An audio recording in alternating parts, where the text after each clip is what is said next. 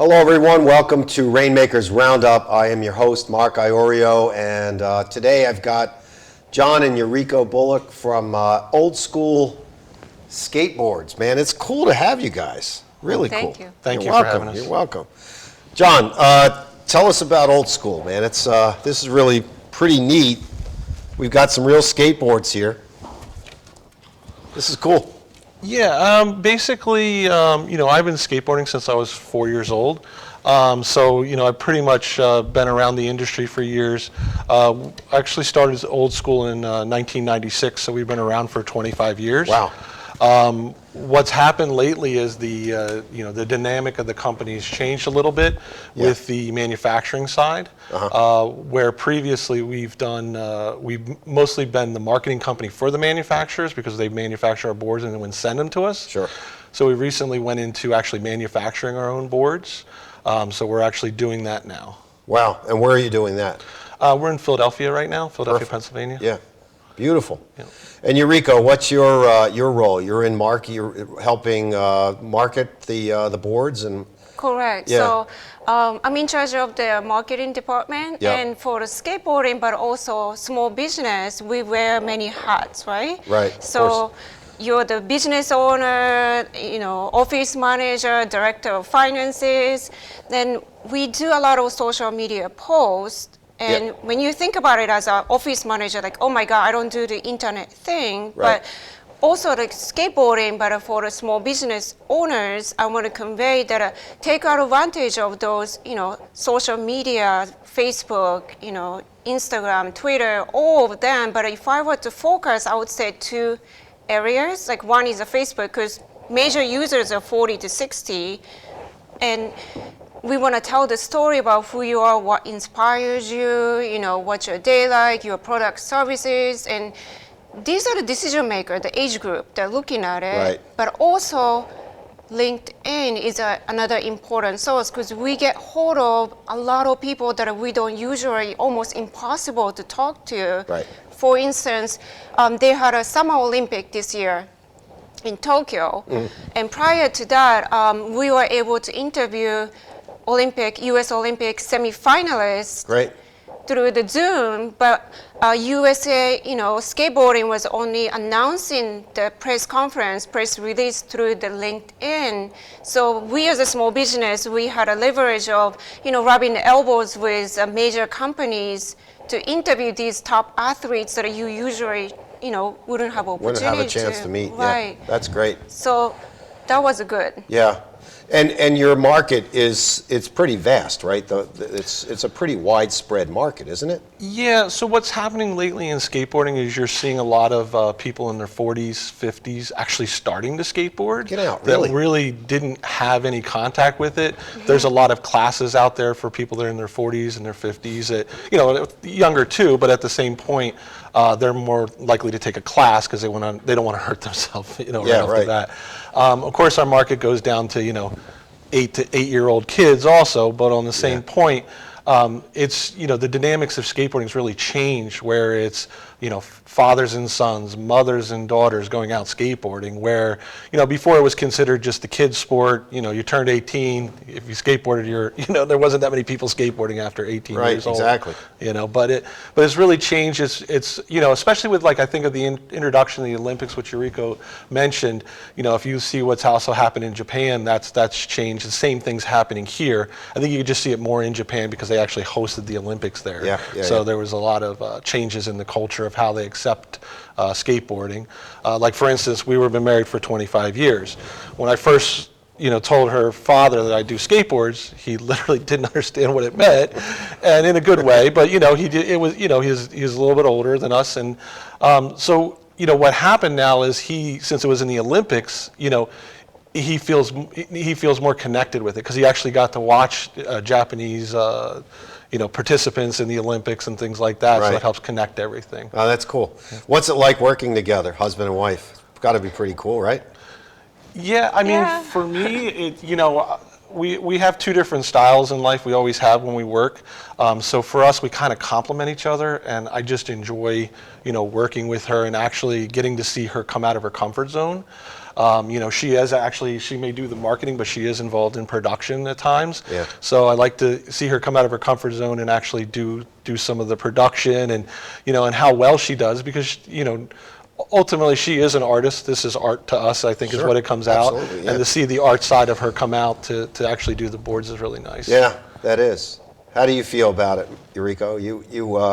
You came out of a different industry, right? And Right. working with John has got to be pretty interesting, isn't it? Right, we haven't killed each other yet, but I came from the corporate background, and within the last couple of years, we went through a lot of changes. Sure, So sure. what inspiring to me is that these changes forced me to kind of focus on what's really important to me. And in my 40s, I finally said, we all we have to be confined with the norm, paying the mortgage, do the right thing, but it needs to be a balance. And finally, I'm allowing myself to see, hey, let me just listen to my voice inside. Let me pursue my passion. Yeah, exactly.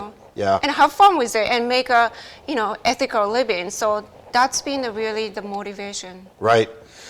What's the driver here, John, behind, why do you love doing what you do? I mean, I know you've been skateboarding since you were a little guy, but. Yeah, I mean, for me, and I think when you look at, I've been skateboarding since I was 4, So, when I skateboarded my whole life, when I was a kid, I never really got into trouble.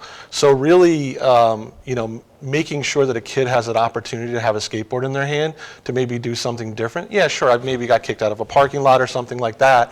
But I want to make sure that kids have opportunity, people have opportunity for other things than some of the things that go on, that go on in the inner cities, that type of thing. That we need to do better to make sure that kids, have these opportunities out there besides what sometimes is in front of them. I work with a grassroots organization called Friends of Antico Square, and we would go out to a park in Trenton to basically kind of give kids these opportunities of different perceptions. So we would go into Trenton, we'd bring skateboard ramps, we'd bring food for the kids, we would feed the kids, and then show them that they're able to skateboard. In doing that, we were able to bring some professional skateboarders into Trenton. Cool. That actually were able to meet these kids and just show them different opportunities. Really just driving that, keeping these kids out of trouble and keeping people busy with a positive thing. Skateboarding, if anything, teaches you perseverance. If you fall once and you give up, then you're not going to be able to do it. Right. But if you fall, you get back up, do it, fall back up, do it, So when you look at that, I mean, I think it has a lot of life lessons to teach, where you can basically, if you can get back up after you fall on a trick, and it shows that you can get back up in life and move on, Absolutely, on that. yeah. So I think that's kind of important. Yeah. Yuriko, how about you? Are you still do you skateboard? I try. You try? Because I want to try the product and make sure it works. Of course, but yeah. he's the expert on that Yeah. one. Why are you so passionate about doing what you're doing here with John? What's the driving force behind why you're doing this? John wants to see, people sort of come out of their comfort zone in a sense, right, John? I mean, in terms of, like in the inner city, a lot of times, you look at a skateboarder, and the old rep on a skateboarder is like they're going to get in trouble, right? Mm-hmm. But they're not. Mm-hmm. Exactly. They're not doing anything wrong. Yeah. They're just having fun. So what's the driving force behind why you love doing this? Well, we want to provide the platform. Everybody has their passion or a thing that I enjoy, right? Could be a football, basketball, baseball. Yeah. So we want to bring a recognition to the skateboarding. Yes, Olympic is good. That's a first step. But another outlet that something you can enjoy and stay out of trouble. For instance, is we are working with the Sioux Native American tribes. Yeah. They're chief called us because we had a friend, who does the Aztec, Native American dance, and they were asking us to provide the skateboards for their kids because, as you know, they have a lot of challenges, Yep. Over there, Yep. and not many people are reaching out. So we want them to know, hey, somebody care, and we were able Nice. to, create the and manufacture the skateboards and bring it to them and see their smile on their face in skateboarding. So it's not just the, either staying home or travels out there. And also we want to focus on the manufacturing. You know, Trenton, where we live, is Trenton makes what it takes, right? So we want to bring the manufacturing back to the United States also, because when you think about skateboard, it's not just a deck, it's not just a wood. Right. It's made up with 7 layers Yep. of veneer, that's what they call. Yep. And here they are, right? Right. And we have to glue them. Either you can make a color one, then regular one, but what people don't know is usually we're getting this from Indiana, but Okay. usually you know, purchase this from Canada, then it goes to overseas, usually China, to cut them and, you know, make it pretty. Right. Then it comes back to the United States to sell. So when you really think about it, are we really spending that much gas to transport this? Yeah, yeah. Because, you know, we're getting into the sustainability, you know. Yep. I attended the forum in the United Nations about the Sustainable Development Goals. Their goal is by 2030, you know, we want to have the win-win situation with environment, human rights, diversity, all that. So when you think about it, hey, can we do something in the United States and Right. still make sense? Yeah, exactly. Yeah. I love that. I mean, this is great. So what the process, man, that sounds like a pretty extensive process, right? You're buying wood from Canada. Yeah, well, that's how they would do it. We actually get our wood from Indiana. Or Indiana, I'm Yeah, sorry. so Yeah. it's actually Great Lakes wood. Okay. And when you look at the supply chain issue, so that's one of the things that kind of pushed us into this Yeah. is, you know, we were having other people manufacture, but they've become backed up so far because they're not bringing products in. They're backed up a year in production. Wow. So I said, if my order is going to take a year for you to produce, I've made boards, you know, all the time, so I've made them in the past. So all I need to do is let me see if I can develop that actual production system. Right. So that's what we've really focused on, is really developing a nice production system, and actually using technology to cut costs, to cut time that we're going to be spending on it, and just basically improve the process too. So we've actually updated the process from maybe traditional skateboard manufacturers in California are using and the ones in China are using. And we're really pushing to basically get the manufacturing here. As she mentioned, the environmental effect. You know, you also look at employment. I mean, I wish people would think more about where they buy stuff. You know, if you take a look at, like, you know, what happened with, I'll just use an example as the furniture industry. You know, we had a huge furniture industry down south. Yep. The wood was sourced locally. It was put in the, you know, North Carolina. Yep. They would manufacture. Then we would buy the furniture. Well, that's all overseas. And the other part of it is we lost control of the production. Yeah. We gave them all the trade secrets on how to manufacture this. Right. So now we keep control. At this point, we keep control. If next month I wanted to do, 500 boards, I can just do them. I don't have to wait for, to get an order in, wait a year or anything like that. But I really think when you look at our responsibility socially, we'll be adding jobs to the local economy. The environmental effect of not transporting, from one side of the world to the other, back to the other, just to get a product that we should be actually manufacturing in the United States. Yep. So I think that we're heading in the right direction. I'm really happy with where we're at with everything, to be honest. I love the whole ecosystem of manufacturing to distribution, marketing and sales, and then getting people involved in skateboarding. And after the break, we're going to have to take a quick commercial break now. We're going to talk about the park that you're trying to build in Trenton, or the involvement that you guys have in this park in Trenton, because I think that's really cool, because as you said to me the other day, people will drive miles to get to a great park, and that I think that's wonderful. So we'll be right back after this commercial message. Don't go away.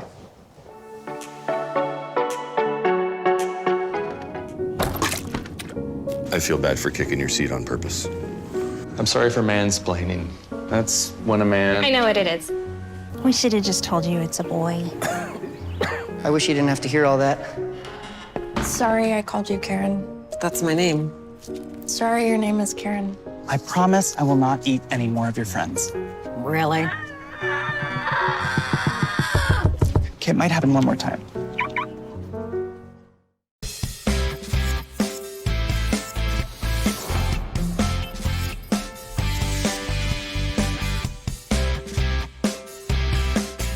Hi everyone, my name is Milton Corsi. I'm here with my co-host, Mark Iorio.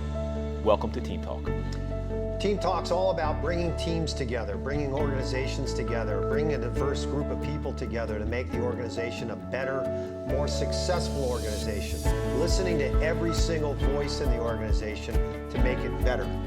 Yeah, our guests are going to include people from industry, people from sports, and other walks of life, and they're going to talk to us about their specific journeys to team success. Tune in on Wednesday mornings at 10 a.m. and then again on Thursday evening at 5 p.m. to watch Milton and I talk about Team Talk. We're looking forward to having you join us. When your family gathers around a shakaroni from Papa John's, you're sharing more than extra cheese and pepperoni. You're sharing scholarships, meals, and laughter. Because $1 from every shakaroni goes to charity. That's pizza with a purpose. Where are you when it comes to relationships? I'm Dr. Donna Marie, and this is Grace and Space. We're talking the highs, the lows, and everything in between when it comes to life and love and relationships. Join me here, Grace and Space, on RVN, the Compassion Healing Network. We'll see you soon.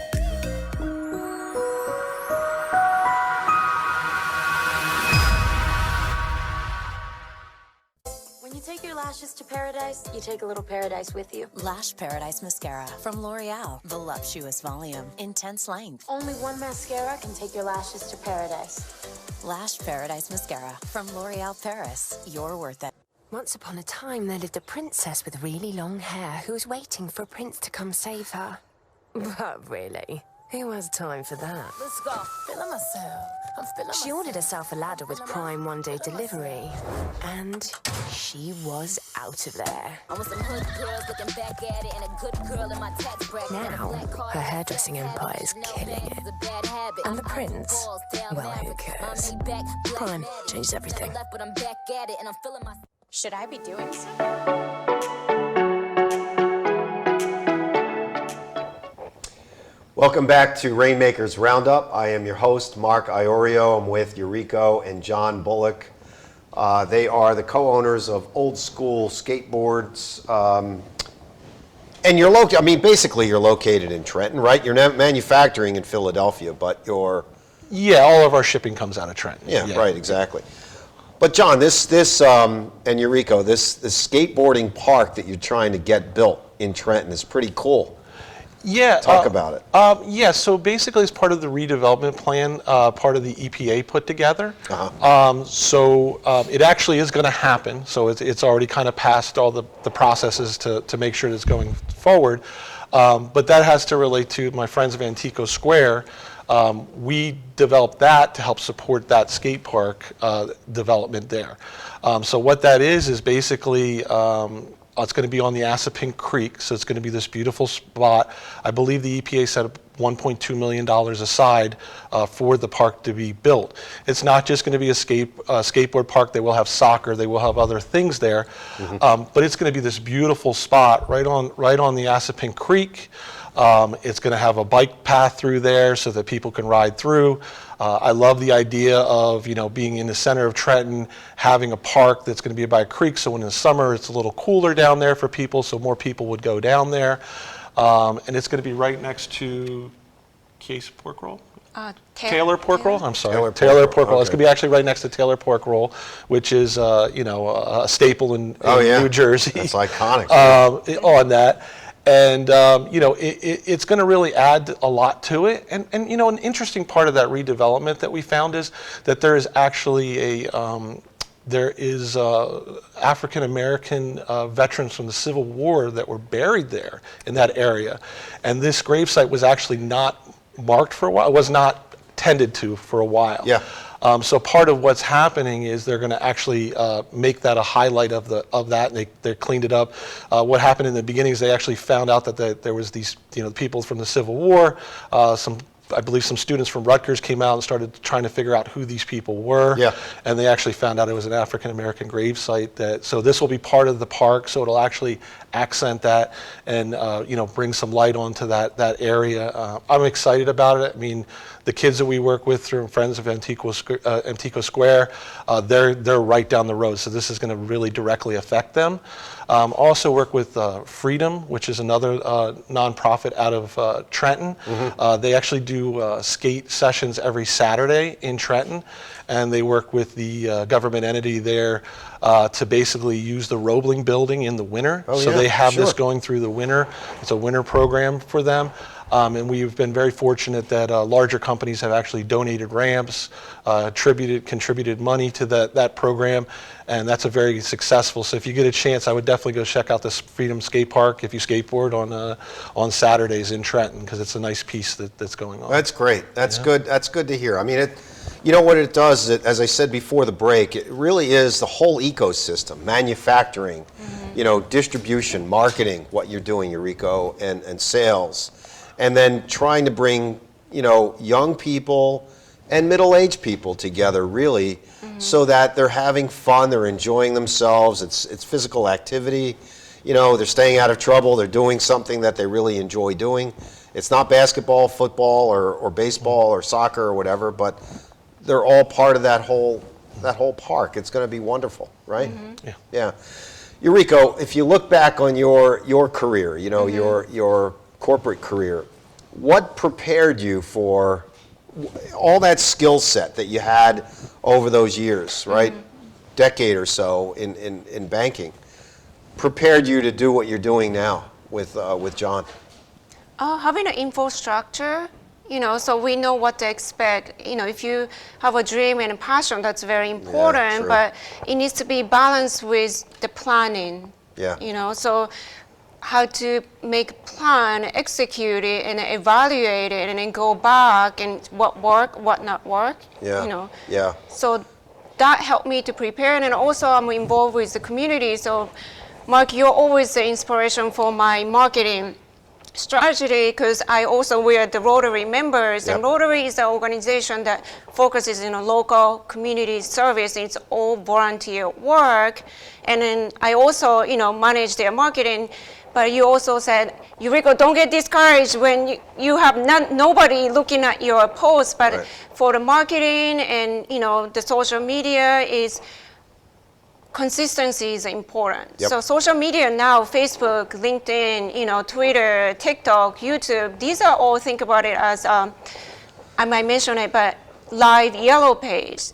Absolutely. So, more you do it, people are gonna know, especially for the small business owner, I learned from the corporate world too, you wanna make the personal, emotional connection. So you can put out your day, your service, and just being yourself kind of differentiates from your competitors. So I learned from the structure from the corporate world, but also corporate world to, I got into a lot of nonprofit for networking purpose, but what it comes down to is people, right? You want to get to know the people, because people is the foundation of the community. That's your target audience. Yeah, that's great. You mentioned to me the other day that you were selling like 800 of these or 1,000 of these boards a month at one point.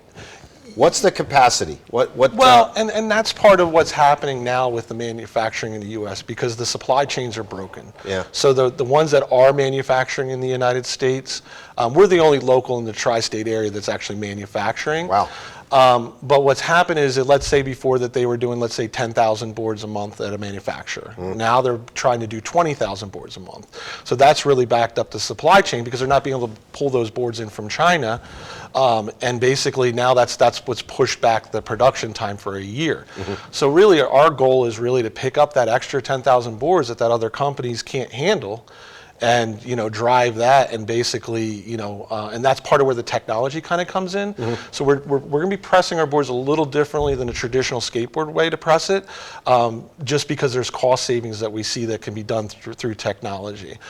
Each board is handcrafted and we cut every board and we sand them down by hand, but at the same time we do want to utilize some of the best technology that we can utilize. So this board here, this is a complete board, right? And this is all silk screened? Yes. Right now? Yep. And that's pretty cool. So are there different length boards? Oh yeah, so we can, and this is the beautiful thing about what we're doing now is when you order from most manufacturers, they have a menu to pick off of. Okay. Yep. So if this board is, these are maple layers. Okay. Traditional skateboards are made with hard rock maple. Okay.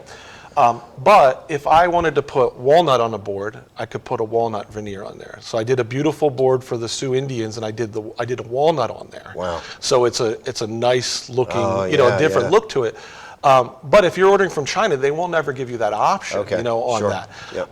So, there's a lot of different ideas that we have. We can start to get into synthetic layers to lighten up the Sure. product. Yep. Different things like that. So we kind of have total control on our product, which is really a huge piece for us because, like I said, if I decided I wanted to make 50 boards. Without any graphics, but having like a nice walnut look to them for people as like furniture pieces in their house. Oh, that's I cool. can do that. That's so really cool. if you skateboarded when you're in your 20s, but you don't do it anymore, but you still like it, it'd still be a nice wall piece for your house, type or thing. a bench or something that you can make. Yeah, I mean, people out of do. yeah, they do that, right? Exactly. Would either one of you do anything differently if you had to do it all over again, or just start from scratch and change anything? Well, I've been very blessed to work with Yuriko. The thing I guess I would say is that I would have probably wanted to do this sooner, the manufacturing piece. Yeah. I should have really been developing this a while ago. Yeah, that's great. How about in terms of inspiration? You were talking about where you're finding inspiration from within. Where do you typically find? Well, family always comes into that. Of course, I find inspiration through Yuriko, and my family. But I really look at, I come from, a middle-class family. My grandmother worked at Westinghouse, which was a manufacturer of light bulbs in Trenton for 45 years. Yep. At one point, my dad and my mom worked with her. So I remember as a kid going through and taking a tour of Westinghouse with my family and just seeing the manufacturing going on. I remember when I was a kid, when you would drive down the road, there'd be hundreds of thousands of people walking to work because they had jobs at manufacturers there that basically are no longer there. So my inspiration is, can I take this opportunity for the supply chain break and what's happening now to actually bring full manufacturing back to the United States, and hopefully in the future I'd like to see, cottage industries working off us, that we're so busy that, maybe we have paint suppliers that are specific to us or whatever it may be around us, and I'd like to see us really develop, the brand, because there are a lot of skateboards moving around the world. I know people don't realize that, but there is a huge business. Yeah. It's really cool to see a husband and wife team work together. I've had, a lot of, direct experience working with Yuriko with Rotary, and she's done a remarkable job, elevating the Trenton Rotary brand, which has been around for over 100 years. So it's fortunate that the two of you have a chance to work together and build something so special. Here's a complete board, which is pretty cool because you see the wheels and everything. And I guess, boy, these are a lot nicer than the ones I used to have when I was a kid. But yeah, the technology's definitely changed and evolved. Yeah, Yuriko and John, you've been great. Thank you. I appreciate the time today. Thank you. You're welcome. This camera right here is the camera that you guys have to look into to tell everyone how to get in touch with Old School. You want to do it? Yeah, that one, right? Yep, that one right there. For more information, please visit www.oldschoolskateboardco.com. Perfect. Thank you both. That was great. Thank you for the opportunity. You're welcome. It was great to have you. Thank you for the opportunity. All right, ladies and gentlemen, if you're interested in skateboarding, check this out. I mean, you're selling mostly through large retailers, right? We do online, but we sell to the actual brands that would sell to the right. So, but you can buy, if you go right to the website, you can buy shirts and everything else. There's all kinds of merchandise. Yes, there, right? exactly. This is wonderful. All right, ladies and gentlemen, that's a wrap for Rainmakers Roundup. Have a wonderful week, everyone, and be safe. We'll see you next time.